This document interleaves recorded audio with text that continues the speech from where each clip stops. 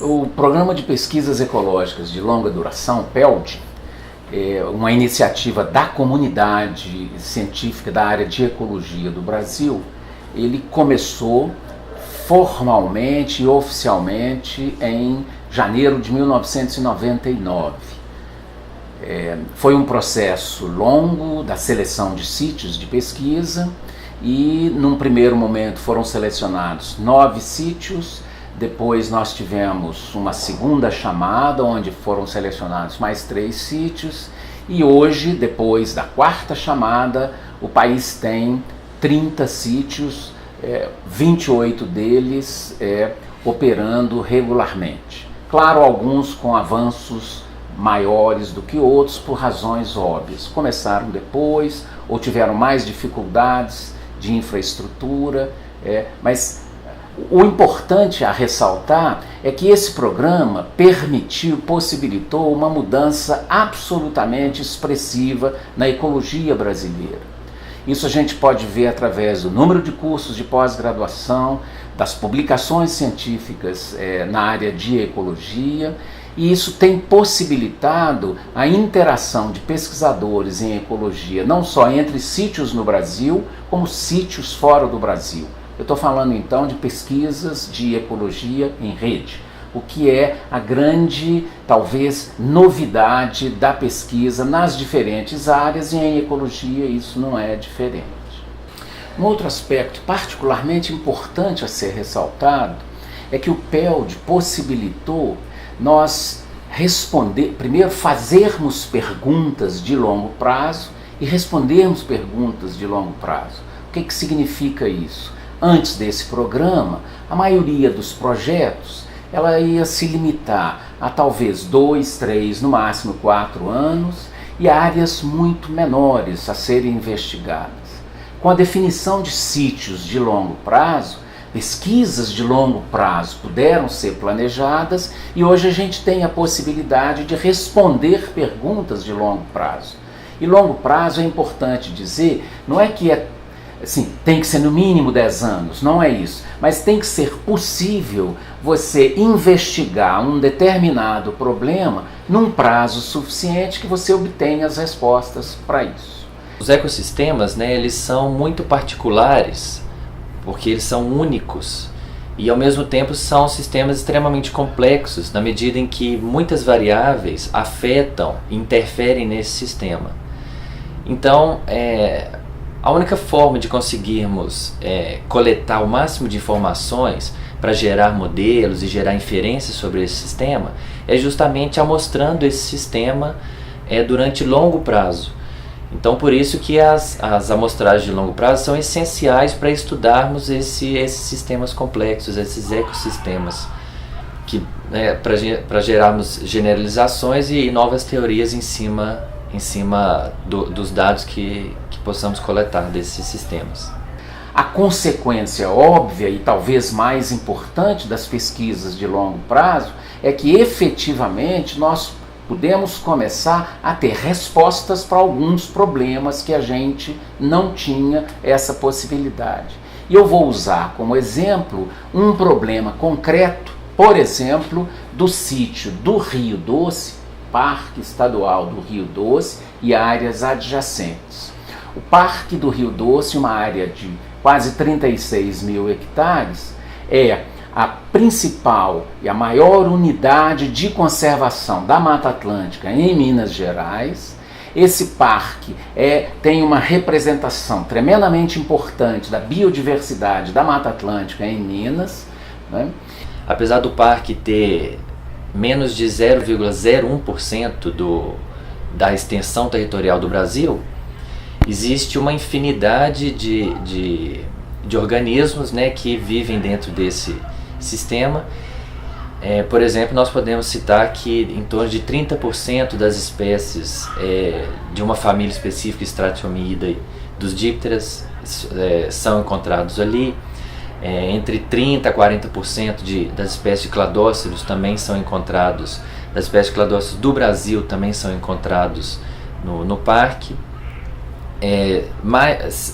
Pelo menos 7 espécies de primatas já foram identificadas, E o parque também conta com uma das maiores populações de onça-pintada do país. Então, antes de falar da área de socioambiental, a implantação do projeto, do Programa de Pesquisas Ecológicas de Longa Duração, do PELD, né, ele permitiu, dentro da minha área básica de formação, que é a limnologia, né, ele me permitiu conhecer sobre a estruturação da comunidade zooplantônica de lagos, de dentro de uma unidade de conservação Parque Estadual do Rio Doce e áreas do entorno do parque. Então nós pesquisamos a comunidade zooplantônica sobre diferentes aspectos. Conhecemos primeiro a biodiversidade dela, que espécies faziam parte, qual a densidade, como elas estavam estruturadas. Variações no tempo e no espaço foram também analisadas. Buscamos padrões de distribuição dessas espécies entre diferentes lagoas. Analisamos 18 lagoas, tanto fora quanto dentro da unidade. Pesquisamos fatores que podiam determinar abundância, densidade, flutuações dessas espécies da comunidade nesses lagos analisados. E mais recentemente, nós estamos trabalhando com estratégias de sobrevivência dessas comunidades em ambientes de estresse. E introduzimos também a paleolimnologia. O subprojeto PELD do CEL, Interação Inseto-Planta, ele conseguiu, desde 1999, escrever uma série de processos e padrões de distribuição de espécies nas copas das árvores, tanto das bordas da floresta do Parque Estadual do Rio Doce, quanto no seu interior, quanto nos ecótonos da floresta com os lagos naturais daquela região.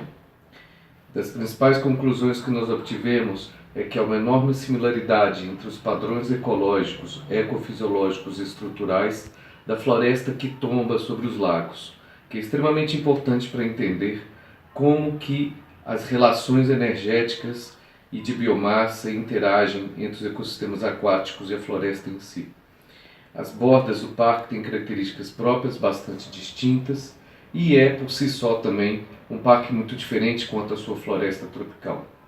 Estudos palinológicos que complementam o que nós fizemos provaram e deixaram bastante claro que, na verdade, nós temos uma floresta muito recente. Há não mais que 10 mil anos atrás, aquilo era uma região xérica e provavelmente tomada por plantas e por uma fisionomia de cerrado e não de floresta úmida como é hoje. Essa novidade ecológica que é a floresta tropical do Parque Estadual do Rio Doce afeta todos os processos e dinâmicas ecológicas que relacionam a floresta e seus ecossistemas aquáticos. Desse ponto para frente do PELD, estamos estudando mais frontalmente a essa relação entre como a floresta e os lagos são uma coisa só, como e que dinâmicas estão por trás disso, e isso é um paralelo importantíssimo para podermos fazer estudos futuros que nos permitam a contribuir com os problemas do rejeito de minério da Samarco no Rio Doce, naquela região de Minas Gerais. E esse parque tem alguns problemas já antigos que a gente não conseguia chegar a algumas propostas de solução. Um dos exemplos são invasões biológicas no Parque do Rio Doce. Nós temos várias espécies de peixes que invadiram aquela área, nós temos moluscos que invadiram aquela área, nós temos algumas aves, nós temos inclusive primatas. Esse monitoramento feito pelo PELD, então, contínuo de longo prazo, também permitiu verificarmos as modificações que as introduções de espécies exóticas, especificamente de peixes, tiveram na comunidade aquática dos lagos.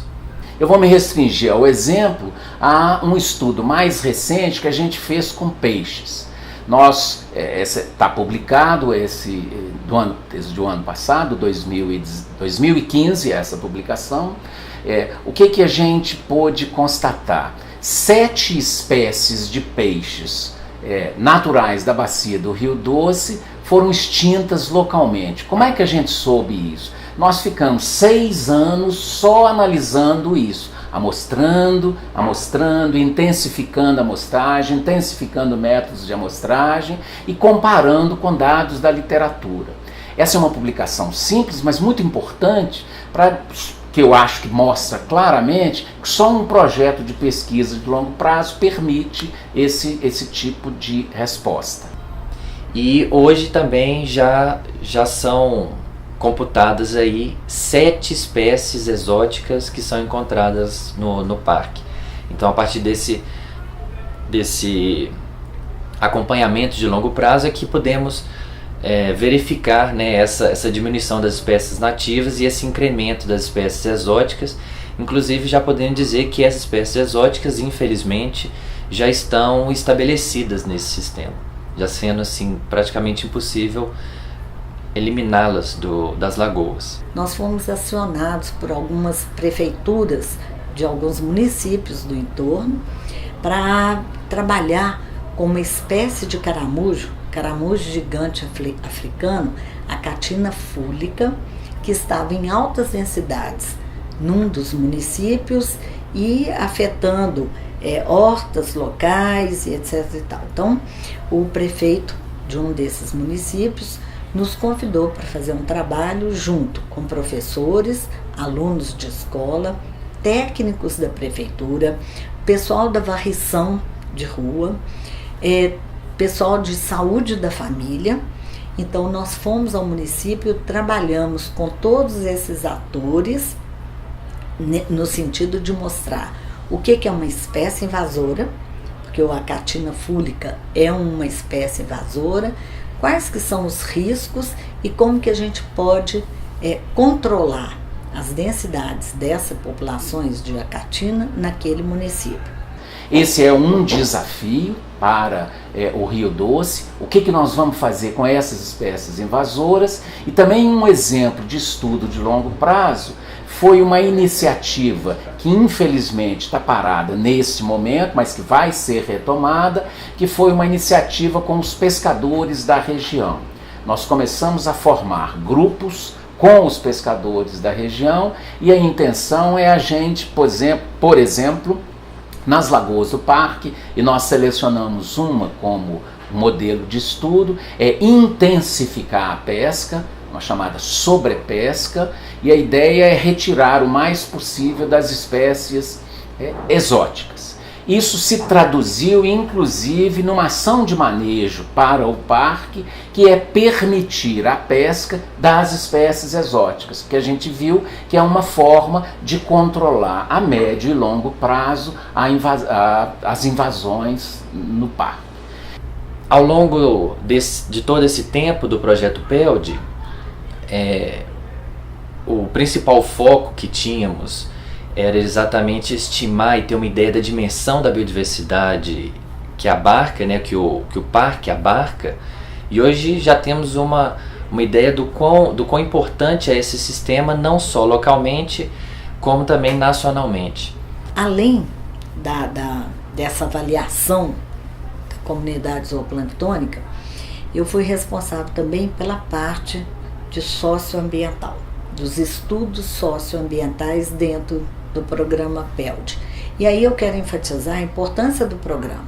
Quando a gente realiza trabalhos socioambientais, a gente precisa de um tempo maior para estabelecer relações de confiança com aquela comunidade daquela área.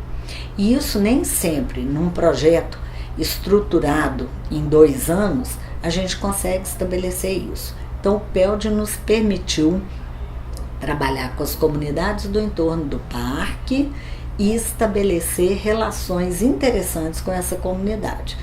Então nós começamos a trabalhamos com diferentes atores sociais, começamos a trabalhar com os professores de escolas públicas do ensino fundamental e médio, introduzimos os alunos nesse trabalho também. Foi todo um trabalho utilizando planejamento e ferramentas participativas. Envolvemos a Secretaria de Educação Regional, as prefeituras locais, né, diretores de escola, professores e alunos. Aí nós tivemos 18 cursos, né, foram oferecidos nos municípios do entorno do parque. Tivemos uma participação maciça dos professores dessas escolas, uma colaboração muito grande das prefeituras locais, Em alguns municípios, eles até davam feriado para que os professores pudessem participar das atividades. Então tivemos um número muito grande de professores participando, um público indireto atingido também muito grande, considerável. Trabalhamos também com assentados do assentamento Chico Mendes II, no município de Pingo d'Água. É um assentamento que fica limítrofe do parque. Ele tem 6 nascentes dentro dele e, por ser limítrofe do parque, as atividades que eles realizavam nesse assentamento, elas podiam ter reflexos sobre o Parque Estadual do Rio Doce, por exemplo, criação de abelhas africanas. Então nós realizamos um trabalho com eles, também dentro de planejamento participativo. Foram realizadas várias oficinas, porque o desejo deles era saúde e cultura. Fizemos várias oficinas com eles dentro desse tema. Tentamos uma recuperação da mata ciliar do Córrego Sacramento, também por desejo deles. Tivemos doação de mudas pelo IEF e tivemos auxílio do pessoal do IEF em como plantar essas mudas e que tipo de árvores que deveriam ser utilizadas, já que aquele ambiente é um ambiente de Mata Atlântica. Deu muito certo também esse projeto. E além desse projeto, trabalhamos também com produtores rurais, dentro de um projeto que o parque já desenvolve com 45 produtores rurais de um dos municípios do entorno do parque, e no sentido de recuperação de nascentes. Então nós trabalhamos também com a percepção desses produtores rurais sobre a importância dessa preservação de nascentes, a importância do parque, qual a percepção que eles tinham sobre o Parque do Rio Doce, a importância ou não, né, que eles viam na presença dessa unidade de conservação naquela área.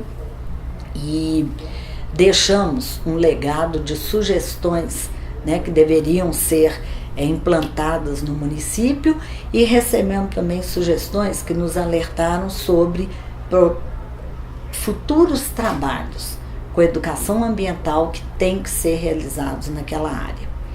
E por último, nós estamos trabalhando com alterações no entorno na zona de amortecimento do Parque Estadual do Rio Doce, a área de entorno do parque, né? Considerando as modificações que ocorreram nos 30 anos passados e nos cenários previstos para 30 anos futuros. Para isso, a comunidade do entorno do PELD, e que está nessa zona de amortecimento, elas estão sendo convidados a participar com a gente deste projeto, porque, tendo em vista a definição desses cenários via georreferenciamento, produção de mapas, análises estatísticas, eles precisam de, agora sim, né, num trabalho participativo com a comunidade do entorno, eles precisam escolher qual o caminho que eles querem tomar, né, para os municípios que estão nessa zona de amortecimento. Então, basicamente, na área socioambiental, foram esses os projetos que a gente realizou com a comunidade do entorno do Parque Estadual do Rio Doce. Uma outra questão importante também é a avaliação das dimensões, tanto espacial quanto temporal, neste ecossistema. E exatamente essas amostragens de longo prazo, esse financiamento, né, de longo prazo, é que permite que essas amostragens sejam feitas tanto na dimensão do tempo quanto na dimensão do espaço. E os dados coletados então pelo PELD Site 4 nos permitiram fazer essas inferências para avaliar qual dimensão e especificamente dentro da dimensão qual escala são mais importantes, né, para gerar variabilidade, para explicar variabilidade das estruturas de comunidade dessas lagoas, especificamente das lagoas. Hoje nós sabemos, por exemplo, que a variabilidade espacial, a diferença entre as lagoas, que nós chamamos de variabilidade espacial, tem uma preponderância muito maior em explicar essa diferença entre as estruturas de comunidade do que particularmente a variabilidade temporal.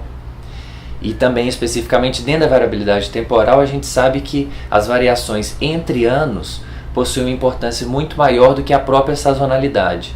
A sazonalidade ela existe, ela é muito importante, mas é um sistema que também possui uma grande variabilidade interanual. E é a partir daí que a gente começa a estudar especificamente os fatores que estão gerando, né, e determinando essa variabilidade interanual, já que essa variabilidade ela pode ser devida tanto a fatores naturais quanto a fatores antrópicos, por exemplo, como as mudanças climáticas aí.